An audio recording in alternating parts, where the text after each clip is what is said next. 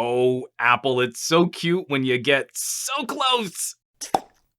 Playing with the iOS 14 beta a little, something struck me while I was shooting my goodbye video to my iPhone XS. I had this to say. For those people that say things like, now that iPhones have an app drawer and widgets, there's no reason to buy an Android anymore. It's funny because the converse of that statement rings just as true. If you care about those kinds of UI features, why not use a phone that does them better? Which reminded me of my iOS 12 video. I took a little flack suggesting that iOS was messy. Some people get real cranky when you point this kind of stuff out. Now, most folks agreed with me that organizing apps on iPhones is a pain. They all just get belched on in order of installation on one of your home screens. I'm happy and validated that Apple agreed with me, and not these people defending Apple in my comments. The most valuable tech company on the planet finally scraped together enough resources and developers to finally address these concerns and cobbled together a somewhat poor facsimile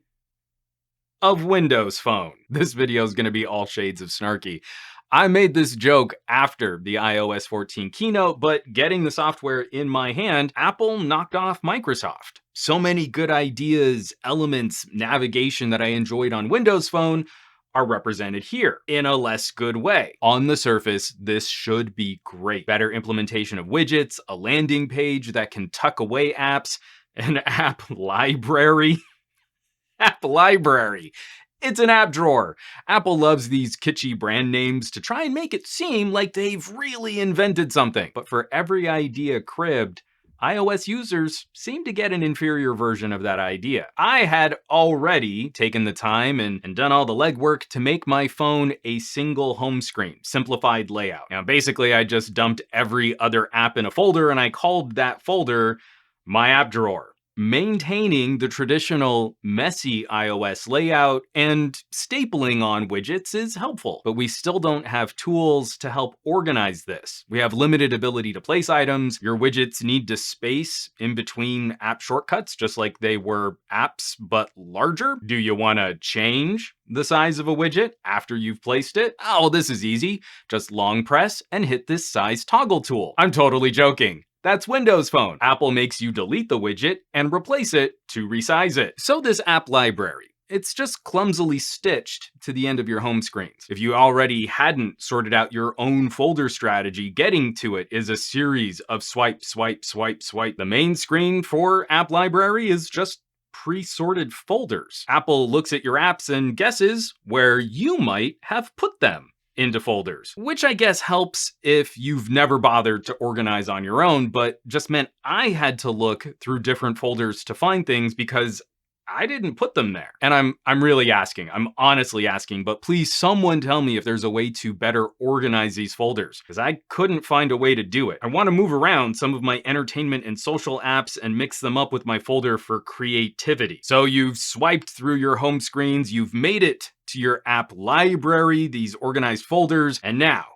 finally, for a modern iPhone in the year 2020, we have an alphabetized list of installed apps. It took over a decade, but Apple finally discovered the value of an alphabetized list. Now, this is nitpicky, but I really dislike that it's a stupid, different swipe to get to a list and search view. But at least it's here. With everything else being a lateral swipe, why change up for the last option in App Library to make that a vertical swipe to pull up the list? The vertical swipe on an iPhone is such a distinct action through the rest of your home screens. Why not make List the last lateral swipe? App Library often needs a double swipe if it's not at the top of the folder view, so you need to swipe it and then swipe it down again to get your search bar and list view. But I really do like this alphabet slider on the right to scrub through the alphabet. That works really well. But the rest of this is all so clumsy. People will get used to it because Apple, but it's definitely not the best iteration for how gestures and UI elements should work together. Plenty of things we can make fun of Microsoft for, but Windows Phone had a clearer division between home screen and app drawer. The Windows Phone home screen blurred the lines between widgets and shortcuts. Every app installed could be docked as some kind of shortcut on your home screen, most delivering rich information, and it wasn't limited to Microsoft system apps. And the direction of your swipes were distinctly functional. A vertical swipe to explore the home screen, and a lateral swipe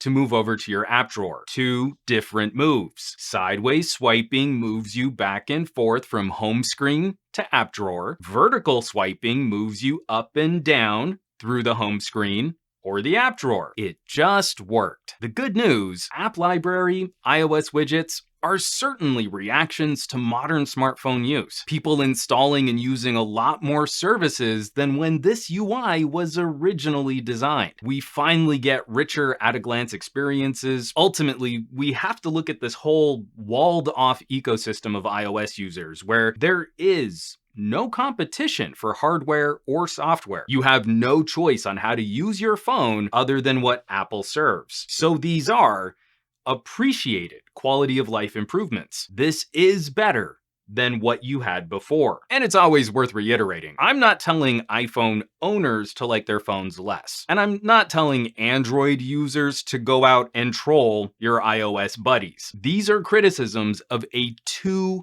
trillion company who in our industry is endlessly praised for having the good software, but who is just as likely to copy and steal ideas from other companies. But while Apple's reputation in the past was all about refining these ideas and making them better for consumers, I don't see any evidence to suggest that Apple really does improve on these ideas anymore. Again, not criticizing iPhone owners. You didn't make the phone. I'm criticizing Apple. I'm totally still gonna get a bunch of angry Apple stans in my comments. I personally, I am not suggesting someone switch ecosystems over something like home screen design, though we have seen a few editorials working that in the opposite direction. So that's why I think it's worth critiquing this, as we see that kind of commentary reinforcing the rah-rah Apple praise. If these were the features holding you back from trying an iPhone, they're here now. They're just not as good. Plus, it's always worth remembering where some of these ideas come from. A bunch of companies out there deserved a lot more credit for good design. As always, thanks so much for watching, for sharing these videos, and subscribing to the channel. Supporting your favorite content creators has never been more critical than it is today. So I hope you'll check out the links and merch down below, which help me not pack every single video I make with baked-in ads and sponsorships. I always appreciate the people checking out the support page on SomeGadgetGuy.com, or you might consider joining the list of names currently scrolling by on your screen from my Patreon. Well, those are super cool tech pals, really just the best people, so I hope you'll check them out. Now, you know where you can find me around the rest of the internet at SomeGadgetGuy on the Twitters and the Twitch, and the Facebooks and the Instagrams. And I will catch you all on the next video.